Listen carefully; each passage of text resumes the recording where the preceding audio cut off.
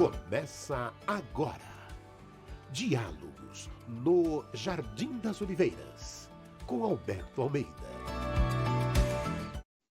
Alô, alô, alô, amigo ouvinte da Rede Boa Nova de Rádio, telespectador da TV Mundo Maior. Estamos iniciando mais um Diálogos no Jardim das Oliveiras. Em instante estaremos juntos com Alberto Almeida aqui na Rádio Boa Nova, da TV Mundo Maior.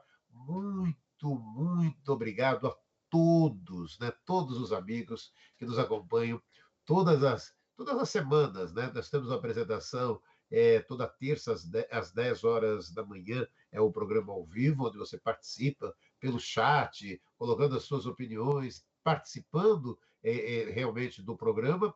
E temos reprises desse programa aqui na Rádio Boa Nova, também na TV Mundo Maior, em vários horários e dias, né? Onde você pode estar acompanhando. E fica aí gravado também esse programa no YouTube, no Facebook, fica tudo gravadinho, para que você possa, né, estar acompanhando todo o programa no horário, no melhor horário, né, para você, né, no melhor momento para você, você tem essa disponibilidade.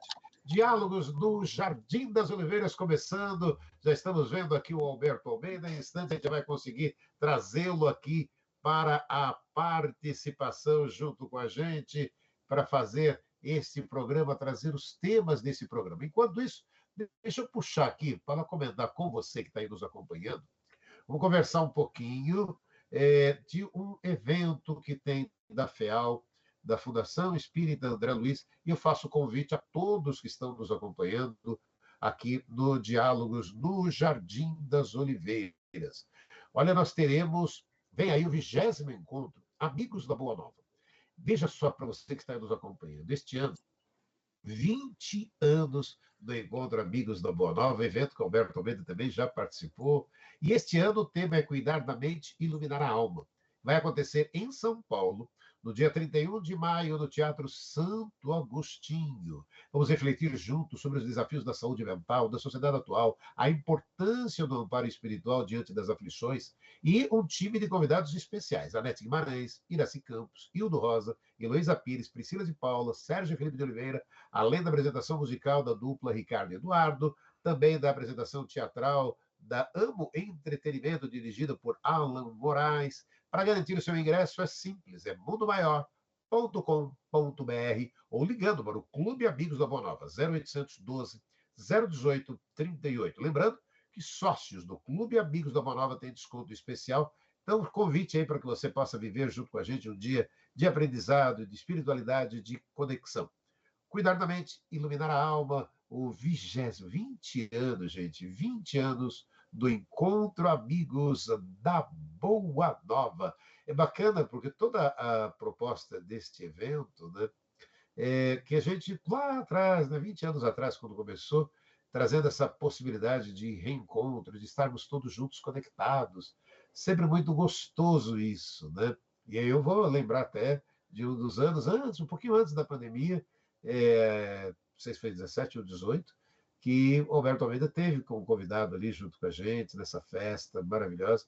E aí agora estamos aqui, né, trazendo a você o Diálogos no Jardim das Oliveiras, todas as semanas, para que você possa estar junto com a gente, nos acompanhando. Muito obrigado a todos que nos acompanham, né? Já estou vendo o Alberto Almeida aqui, vamos ver se daqui a pouquinho a gente já consegue fazer essa conexão aqui com Alberto Almeida. É aquelas histórias, estamos ao vivo em São Paulo, Alberto Almeida está em Belém, no Pará, para fazer esse programa junto com a gente. Alberto Almeida, tá tudo bem aí, amigo? Estamos juntos aqui, nessa investida aqui da tecnologia, que eu sou Alberto Sauro, sabe? Então, quando tem uma dificuldade, a graça é que me salva aqui, a universitária, né? Porque eu não consigo resolver a encrenca. Mas estamos juntos aí, acho que já conseguimos conectar. Já está tudo beleza, já estamos juntos aqui. Então, vamos só comentar, então, já que estamos juntos, qual é o tema do programa de hoje, Alberto Almeida? Então, nós vamos abordar o tema diferença entre alucinação, ilusão, fantasia, vidência, fraude e dupla vista. Uau, quanta coisa! Olha que bacana isso, né? Toda essa proposta do Alberto Almeida, do programa de hoje, a diferença entre alucinação, ilusão, fantasia, vidência e fraude. Então, vamos acompanhar a partir de agora, Alberto Almeida. Então, caros amigos, essa é uma temática fascinante, porque ela equilibra muitos setores da vida humana que podem estar diferenciados e, às vezes, podem estar em junções. E é muito difícil, muitas vezes, diferenciar uma análise da outra, do que seja isso ou aquilo, em função dessas ocorrências, às vezes, se estabelecerem de forma mista. Mas, para facilitar a análise, podemos aqui adiantar de que podemos ter, efetivamente, algumas dessas manifestações citadas bem distintamente colocadas, bem puramente colocadas, e, a partir daí, nós podemos, então, depois analisar as sínteses, as misturas, as conexões, as convergências que podem haver entre elas. Vamos fazer a definição de cada uma, e, à medida que formos fazendo, a gente vai dando os exemplos e vai ajudando-nos a poder separar ilusão, alucinação, fraude, vidência e dupla vista, que são e fantasia, que são todas elas, essas maneiras de o ser humano se colocar, são formas de o ser humano poder, então, estar lidando com realidades diferentes. A ilusão é algo que você vê e, em função daquilo que você está olhando, surge a impressão de estar vendo algo que não é, a partir da simulação da imagem que você vê, que é sugestiva de uma outra coisa que não é. Um exemplo bem de ilusão é você, por exemplo, estar deitado, ver uma sombra de uma pessoa na parede ou na porta, e quando você vai ver, quando acende a luz, não é uma parede, era um cabide que tinha uma roupa, e você juntou uma imagem que é e completou com uma outra imagem sugestiva de uma pessoa que não é. Então, muitas vezes nós fazemos isso. Olhamos para o lugar, tem alguns objetos, e a gente imagina uma outra coisa a partir daqueles objetos que nós estamos vendo, dentro de um olhar, normalmente com pouca luz, na semi-obscuridade. Então, nós temos uma ilusão de que estamos percebendo algo, mas quando a gente aumenta a clareza da imagem, quando a gente projeta a luz, quando a gente se detém mais especificamente, levantando-se, por exemplo, indo ao encontro do objeto que a gente supõe ser, aquilo se desfaz e a gente percebe que era aquilo que estava no cenário que sugeriu, por extensão, uma outra coisa que não é. Então, é muito comum a gente poder, portanto, ver coisas que, quando a gente vai olhar mais detidamente, eram um quadro, um cabide, uma camisa, uma sombra que, projetada no determinado ambiente, sugeria uma outra coisa. Isso é uma ilusão. A gente está bem, enxerga, e por uma percepção visual incompleta, a gente tem a impressão de estar vendo uma coisa que não é aquela coisa. E quando a gente, então, vai avaliar de uma forma mais intensa, de próxima, ou promovendo luz, aquilo se desfaz. É uma ilusão. A alucinação já é um quadro diferenciado, é uma alteração da mente naquilo que se considera a senso-percepção. Nós temos uma percepção e essa percepção pode estar distorcida.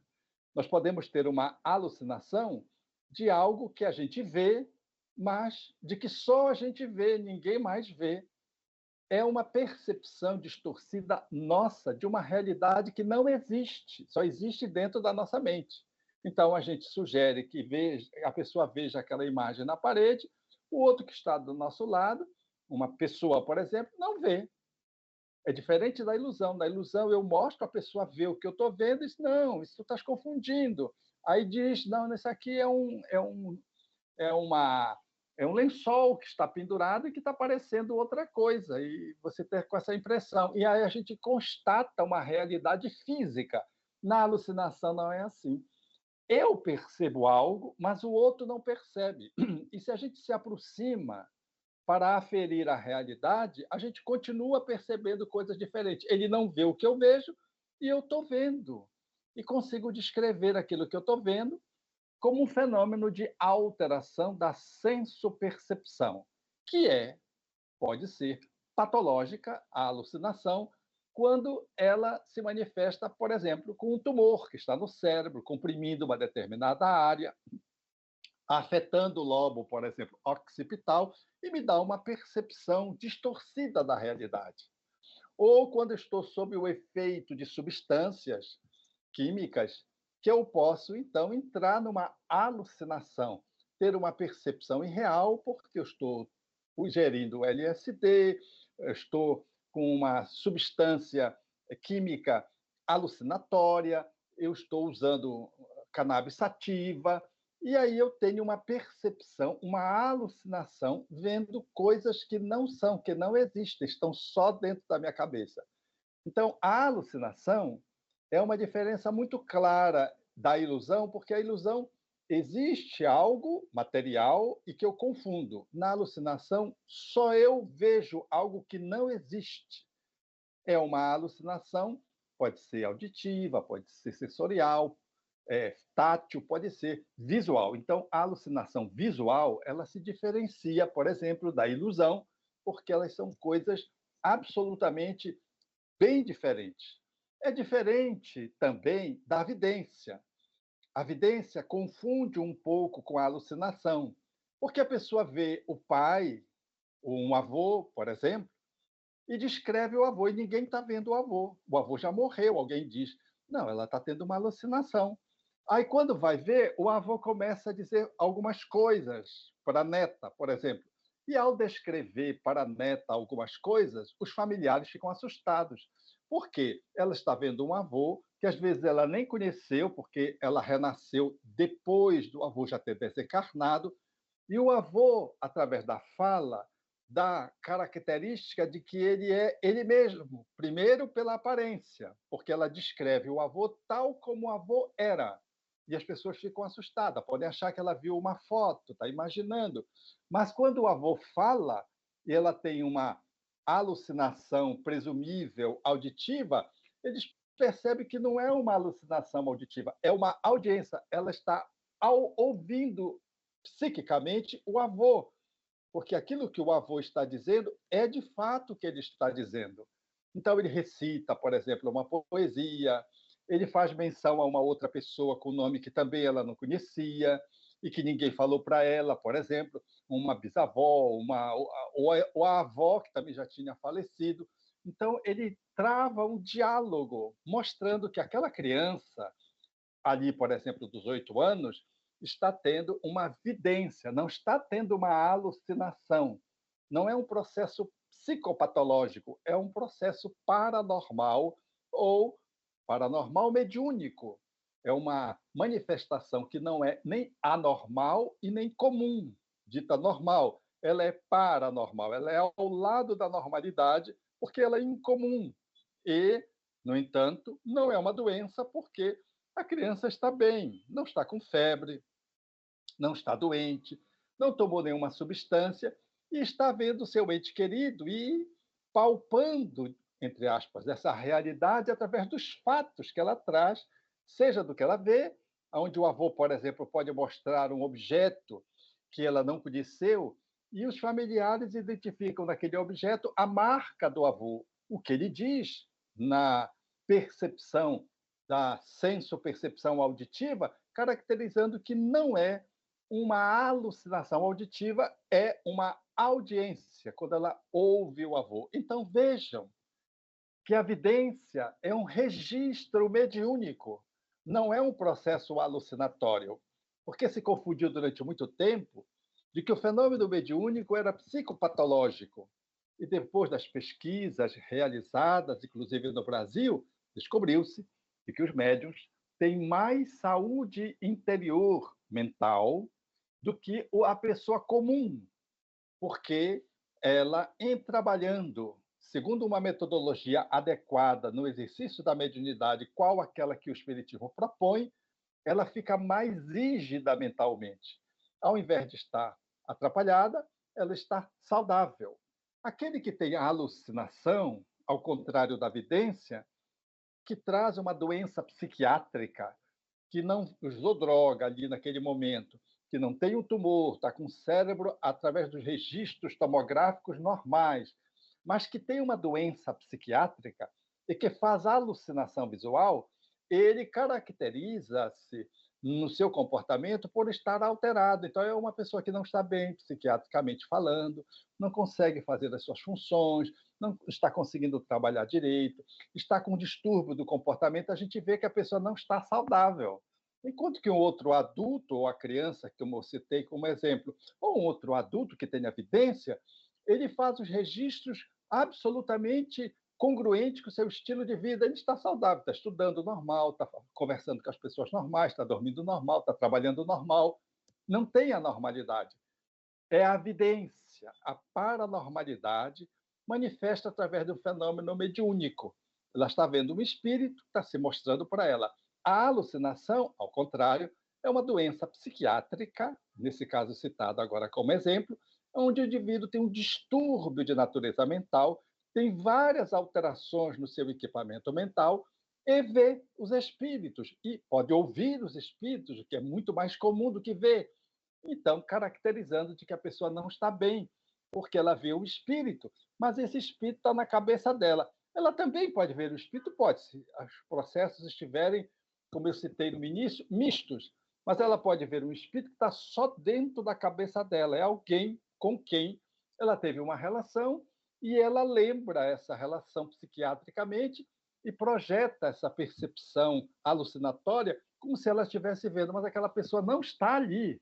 Ela está vendo na sua desestruturação mental e projeta um pai da qual ela tem muita culpa, ou uma mãe de que ela tem muito ódio, e ela vê a mãe, mas a mãe não está ali. Às vezes a mãe está encarnada, está no outro lugar, e ela está vendo a mãe, mostrando que é uma alucinação, que é diferente da vidência. Então, vejam, a ilusão é uma coisa, a alucinação é outra, a vidência é outra. A fraude, ela é comumente usada por pseudos médios que querem passar a perna nos outros, querem levar lucros e dizem estar vendo sem estar vendo. Normalmente tem informações das redes sociais, o Instagram, o Facebook, por exemplo, ou o YouTube, oferece informações fartas. Então, facilmente uma pessoa pode enganar a outra, dizendo que está vendo fulano, dá o CPF dela, diz como é que é a pessoa, escreve uma roupa, mas tudo está nas redes sociais. Então, a fraude da vidência, ela se transformou em algo muito corriqueiro e as pessoas passam a dizer que estão vendo os falecidos, mas, na verdade, não são falecidos. São comportamentos relacionados ao desequilíbrio de uma pessoa que quer enganar a outra com um objetivo secreto, de levar algum interesse, interesse econômico, interesse de projeção social, interesse de ser acolhida do ponto de vista afetivo, porque vai receber a atenção das pessoas, do público ou de alguém. Às vezes não é uma pessoa que se passa por um médium que vê os mortos, mas uma pessoa que circunstancialmente na família diz que vê. Então, ali naquele circuito familiar, ela chama a atenção para si, dizendo que está vendo um ente querido, mas na verdade ela não está vendo. Ela está fraudando. Conviveu com o ente querido, simula que está vendo, estabelece um diálogo que não está existindo, mas tudo isso de caso pensado, para que ela possa ser reverenciada como médium, porque hoje ser médium dá status. É a fraude. Ou então alguém que está jogando cartas, ou está fazendo a leitura de uma bola de cristal e o faz de forma mistificadora, enganando os outros para receber os proventos de uma consulta que se estabelece ali ao consulente, que se coloca ali como um místico, como um paranormal ou como um médium, e engana as pessoas. Às vezes não tem mediunidade nenhuma, às vezes tem, e quando não vê, simula. Então, são pessoas que fraudam.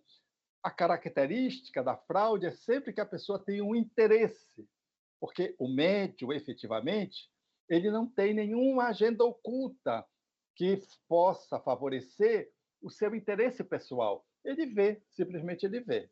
Então, vejam que a fraude é muito comum. Então, nós vamos ter aí a ilusão, a alucinação, vamos ter a vidência, vamos ter a fraude e podemos ter a dupla vista. A dupla vista é um fenômeno que Allan Kardec analisou em O Livro dos Médiuns, a partir dos espíritos. São pessoas que veem, além do sensório comum, ela veio o mundo dos espíritos. Elas não dependem dos espíritos.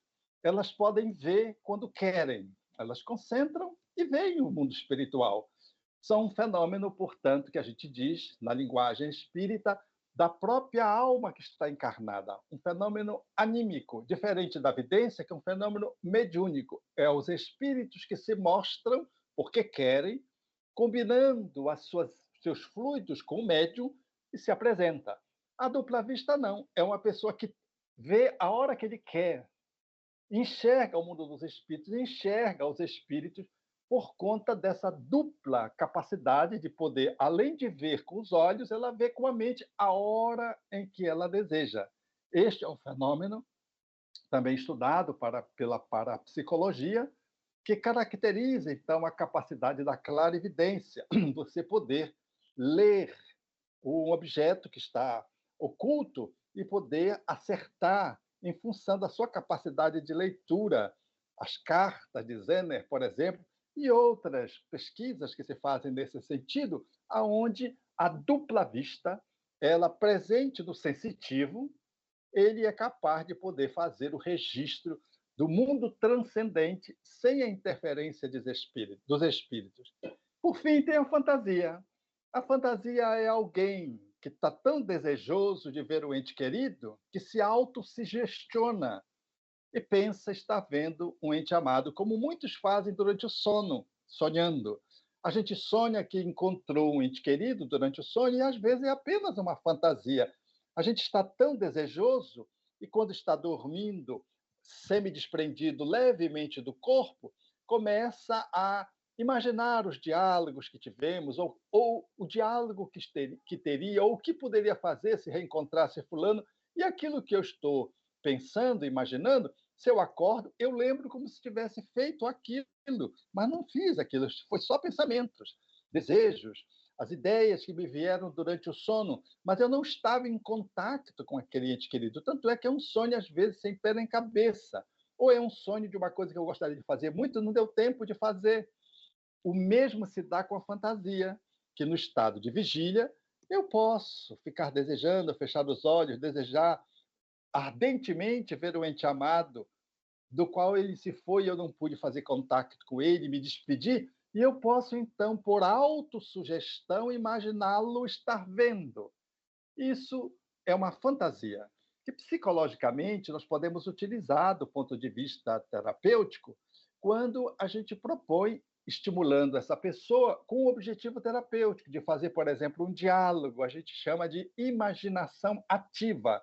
A gente estimula a imaginação da pessoa para que ela possa conversar, entre aspas, com seu ente querido, num chamado psicodrama, ali psíquico. Aquilo ajuda terapeuticamente a pessoa, mas a pessoa sabe que ela está imaginando, porque o terapeuta está estimulando. Mas a imaginação é tão rica que é como se estivesse a pessoa ali. E ela chega e diz, será que eu imaginei? Será que não estava presente? A pessoa, às vezes, até duvida de tão rico que foi o diálogo. Mas é uma fantasia, é uma imaginação, não é, portanto, uma realidade. Então, vejam, nós temos a ilusão, temos a alucinação, temos a vidência, temos a fraude, temos a fantasia e temos a dupla vista. Levantei aqui 6 possibilidades que podem estar separadamente, mas elas podem estar conectadas uma com a outra, dificultando saber se é isso ou se é aquilo. Mas se a gente sabe cada uma como é que se dá o fenômeno, a gente tem mais chances de compreender essas realidades que envolvem a senso-percepção ou a percepção do ser humano quando está lidando com essas realidades de si e dos outros, até para avaliar mesmo onde é que está a verdade, porque muitos de nós podemos comer gato por lebre, como se costuma dizer na gíria. Olha aqui, você acompanhando mais um Diálogo no Jardim das Oliveiras, Alberto Almeida falando da diferença entre alucinação, ilusão, fantasia, vidência, dupla vista e fraude. E vamos trazer as participações. Obrigado a todos que estão participando do chat com a gente. Gratidão, é isso, vamos todos participando. Eu vou trazer aqui, vou destacar aqui algumas participações que falam do tema, né, para que a gente possa aproveitar um pouco mais todo esse conhecimento de Alberto Almeida. O Paraguaçu Silva Dias diz o seguinte: Alberto Almeida, a alucinação pode ser só mental ou pode ter influência espiritual? A Eunice Rossi, tomamos cuidado, vede antes se os espíritos vêm de Deus. E o Edson Geraldelli pergunta, Alberto Almeida, como se desvencilhar dessas pessoas, como saber se estão falando a verdade ou não? Alberto Almeida. O programa fílmico, a fita Ghost, traz bem essa realidade daquela pessoa que era uma médium e no dia lá em que ela não recebeu o espírito, ela fraudava, né? Mas num dia, quando ela está lá, ela recebeu o espírito e veio o espírito mesmo. Ela ficou, ela mesma, assustada, porque, na verdade, ela enganava os outros, mas tinha sensibilidade mediúnica e acabou por fazer o registro. Nós precisamos estar muito atentos, porque eu lembro, só para dar um exemplo muito claro, de uma pessoa que eu cuidava, e ela tinha terminado um relacionamento e ela estava muito desejosa de voltar, e foi comigo, e começamos a tratar dela. No final das contas, ela voltou. Mas ela me dissera, quando estava comigo, que fora consultar alguém que estava em Belém do Pará, na época, lendo Bolas de Cristais no shopping. E a informação é de que aquele homem era da vida dela. Então, ela tinha certeza que aquele homem ia voltar. Tudo bem.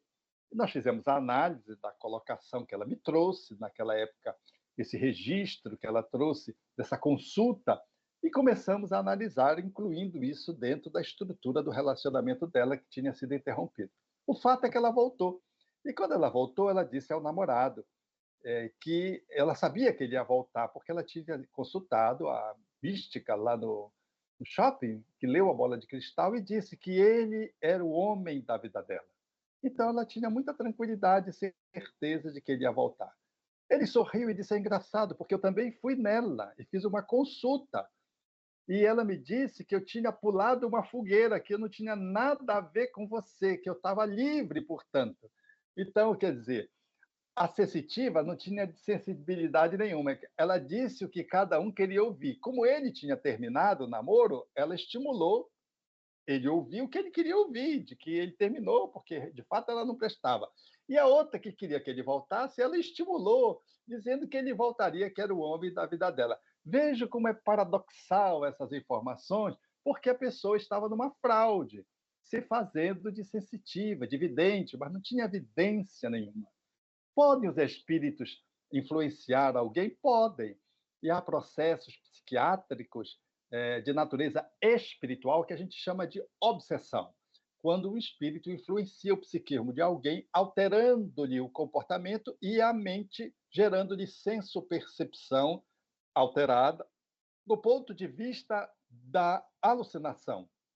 Então, um espírito subjugando uma pessoa, ele pode projetar cenas, quadros fluídicos, e a pessoa registra aqueles quadros fluídicos, que numa linguagem psiquiátrica tradicional é uma alucinação visual.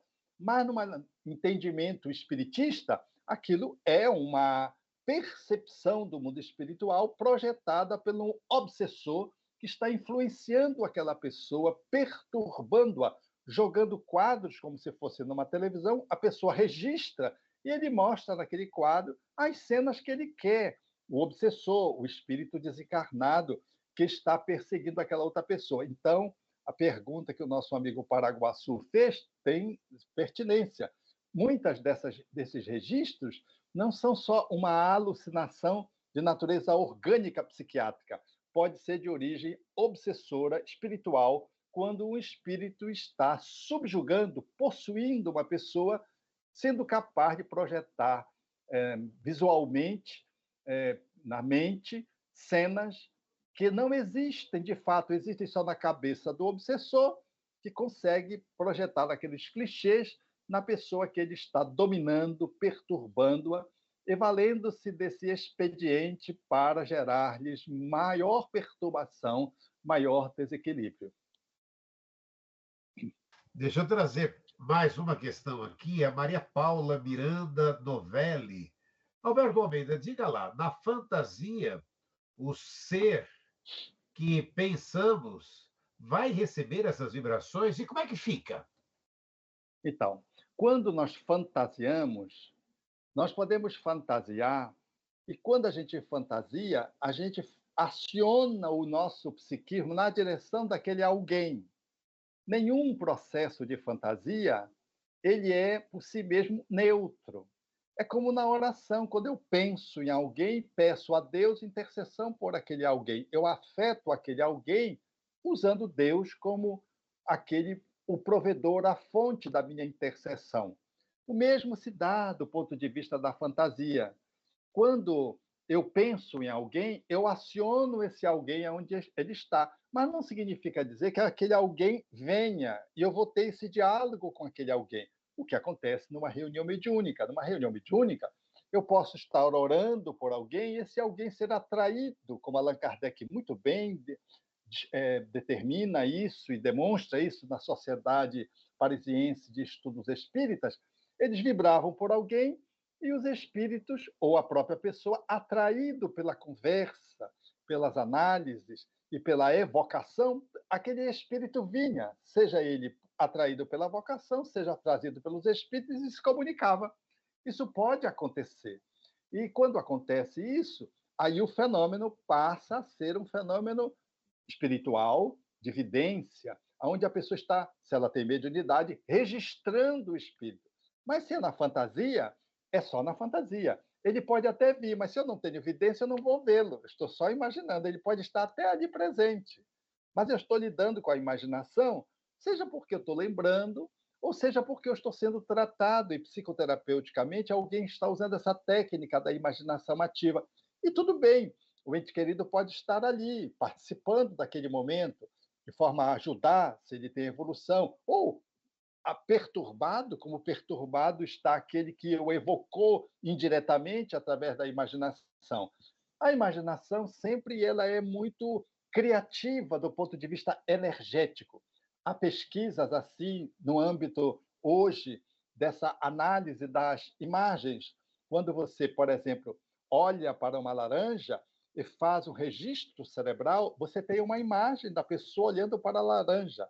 Mas se você tirar a laranja e imaginar a laranja e fazer a mesma tomografia, o registro de imagem é tão igual quanto se tivesse a laranja, mostrando que a imaginação ela cria uma realidade semelhante à realidade do ponto de vista cerebral. Por isso que quando nós imaginamos coisas positivas, essas coisas positivas nos afetam positivamente. E quando imaginamos coisas negativas, essas coisas negativas nos afetam negativamente. Então, a imaginação é um recurso que precisamos utilizar sempre no sentido positivo, terapêutico, mas ela pode ser usada negativamente. Eu posso querer prejudicar alguém e imaginar aquele alguém sendo prejudicado e imagino uma cena de vingança, por exemplo, aquilo o meu psiquismo está projetando. E aquela pessoa para quem eu estou projetando essa cena e essa energia, se ela estiver na mesma sintonia, ela pode se ressentir. Não é que eu vou conseguir fazer isso, mas ela vai se ressentir. Se ela não está na mesma sintonia, eu fico com a minha imaginação negativa, prejudicando a mim mesmo, sem que o outro seja afetado. Mas a imaginação, a criatividade, ela é absolutamente algo vívido. Ela não é uma fantasia sem sentido.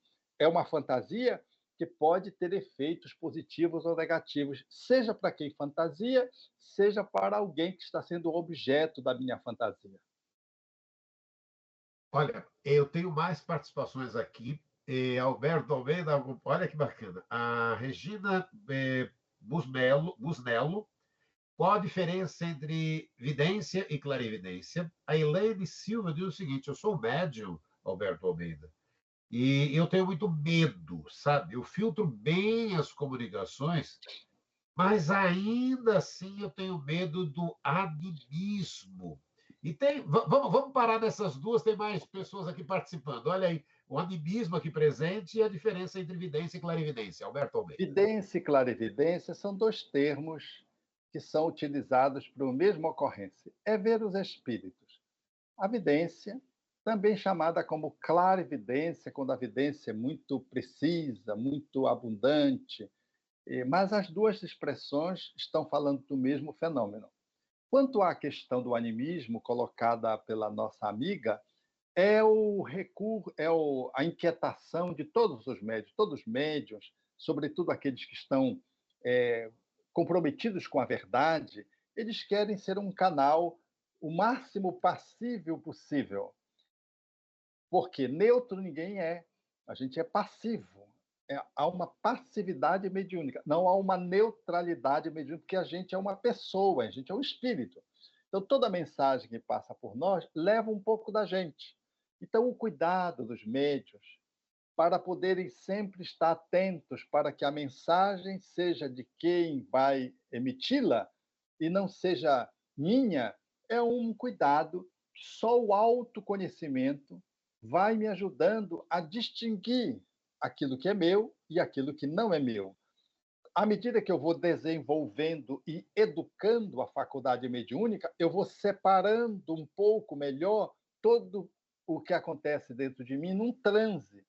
Eu percebo que aquela comunicação ela é autêntica de um espírito sofredor que está sendo atendido ou de um benfeitor que está lançando uma mensagem, mas esse processo ele é um processo lento de autoconhecimento que me permite avaliar numa outra circunstância. Às vezes a comunicação vem, sobretudo no início das atividades mediúnicas, ela vem vazada com muito do médium. O médium não consegue ainda ser passivo e ele, então, de uma certa forma, influencia a comunicação do espírito e dá àquela comunicação um colorido diferente do colorido que é efetivamente do espírito na sua origem, porque ele se mistura um pouco com a comunicação. Suponhamos uma mãe que venha falar da perda de um filho, e se eu sou uma médium que perdi um filho, sofri essa dor, quando aquela mãe vai dar a comunicação, eu me misturo um pouco com ela e eu, às vezes, exagero a dor dela, sobretudo se eu ainda estou no início das minhas atividades mediúnicas, aí eu ainda não desenvolvi suficientemente a faculdade, não me eduquei suficientemente e não tenho um bom autoconhecimento. Aí essa mistura é maior. Mas à medida que eu avanço, eu vou podendo separar mais intensamente o que sou eu, o que eu sou o outro, e eu vou deixando cada vez mais passivamente que o espírito se manifeste. Mas só essa preocupação já demonstra o quanto você, como médium, é uma pessoa muito séria, está comprometida com a verdade, está no caminho certo. A Marilene Freitas Machado, oi, meus amados. Sabe, eu estou estudando o livro dos médiuns, então eu compartilhei com o grupo. Gratidão por todos os assuntos, Alberto Almeida. Amo vocês e a todos do canal. A Priscila Rosa tem uma pergunta. Ela diz o seguinte: Alberto Almeida, eu faço Evangelho no Lar, e aí eu ouvi uma palestra que não devemos vibrar por outras pessoas que não estão no lar no momento, porque eles podem estar acompanhados de espíritos sofredores e esses sofredores vão para o meu lar. Já um outro palestrante, eu ouvi que podemos e devemos. Pronto, Alberto Almeida, agora eu não sei mais nada, estou na dúvida. Eu sempre faço na oração final pedindo por outras pessoas E aí, estou certo ou estou errado? E aí, Alberto Almeida? Eu acho que você está certa de interceder pelos sofredores. Imagine, por exemplo, que você não pode orar pelos genocidas da humanidade, porque senão você vai atrair o genocida e todas as suas vítimas. Então, nós ficaríamos sem orar, no egoísmo e no medo, presos no medo. Então, Joana de Ângeles tem uma página que eu gosto muito, é Oração Intercessória. Essa página fala, portanto, da oração, onde ela diz que quando eu oro por alguém, eu estou fazendo uma intercessão por aquele alguém e que eu não devo temer de modo algum que aquele por quem eu estou orando venha me perturbar ou aqueles que se lhe associam venham me perturbar. É uma oração de amor, é uma sintonia no bem lançada para o divino, para que o divino faça o que é de melhor por aquela pessoa onde ela estiver, segundo a vontade dele. Então é um exercício de compaixão, é um exercício de caridade, é um exercício de generosidade, de humildade, não pode ser um exercício de medo. Então, oremos para aqueles que estão sofrendo e para aqueles que estão fazendo sofrer. É muito comum a gente orar por aqueles que estão sendo oprimidos, mas dificilmente a gente ora pelo opressor, porque a gente tem medo de que os obsessores do opressor venham na minha direção. Não é assim. O medo é que cria sintonias vibratórias ruins com os espíritos, de um modo geral, que se podem se aproximar de mim, não relacionado a quem eu estou orando, mas relacionado a mim mesmo, porque querem me alcançar se eu os prejudiquei, por exemplo, no passado. Então, o medo, ele não é de bom tom, ele não pode ser impeditivo para que a nossa oração seja dirigida a pessoas que estão no corpo ou fora do corpo, que sofrem ou que fizeram sofrer, porque a oração é um exercício de amor aos inimigos. Se são genocidas, por exemplo, todas as vezes que eu oro, estou treinando o que Jesus propôs, amor aos inimigos através da oração.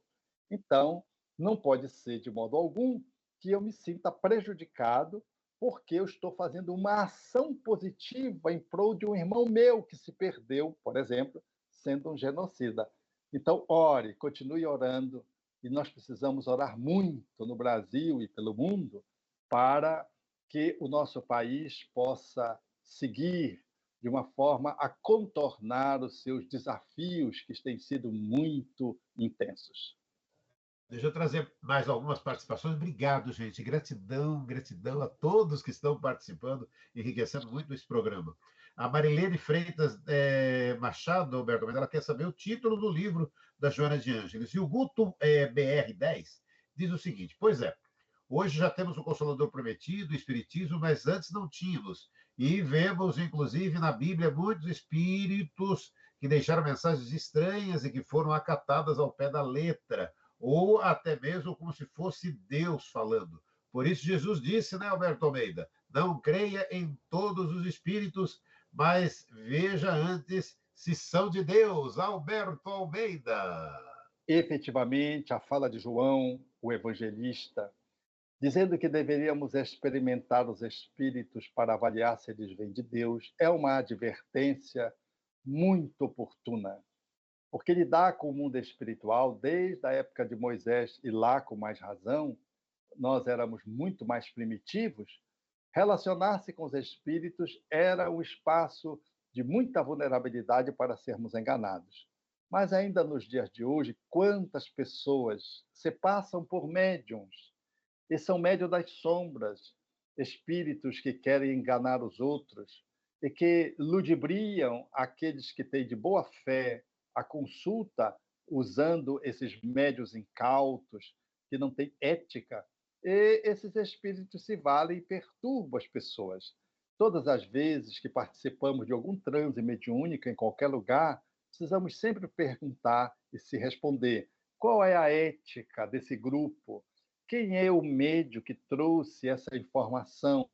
Quem é o espírito e se ele se identificou? Avaliar o conteúdo da mensagem e não só a forma como ele se apresentou pela evidência. Esse foi o critério que Allan Kardec sugeriu, e deveríamos rejeitar sem verdade, se assim pudesse dizer, a admitir uma só teoria falsa, de que é preferível a gente rejeitar a verdade do que, porque se a gente rejeita a verdade, diz o espírito Erasto, ela volta. Mas, se aceitamos uma mentira, corremos o risco de entrar por um descaminhos. Tenhamos muito cuidado, mediunidade é uma coisa muito séria, e por isso o Espiritismo propõe que a exercitemos dentro da casa espírita, num grupo sério de pessoas estudadas e que tenham respaldo do conhecimento espírita. Alberto Almeida, terminando mais um programa, ainda temos aí 30 segundinhos. Mensagem final, Alberto Almeida. Para complementar, quero dizer que o mais importante para um médium e para o grupo é a ética e o comportamento moral. Nós temos na autoridade de alguém que funciona como médium o seu comportamento, o seu desinteresse, a sua autoridade moral, o que faz dizer que ele é capaz de sintonizar com os bons espíritos. E mesmo o médium dessa categoria, se ele pode ainda assim ser veículo de espíritos mistificadores, imagine aquele que é um comerciante da mediunidade e que não tem a ética e a moral pautada no Evangelho. Desses não precisamos correr longe e orar por eles. Pronto, estamos encerrando mais um Diálogos no Jardim das Oliveiras. Semana que vem estaremos juntos com Alberto Almeida. Encontro marcado. Um grande abraço. Tchau, gente. Você acompanhou Diálogos no Jardim das Oliveiras com Alberto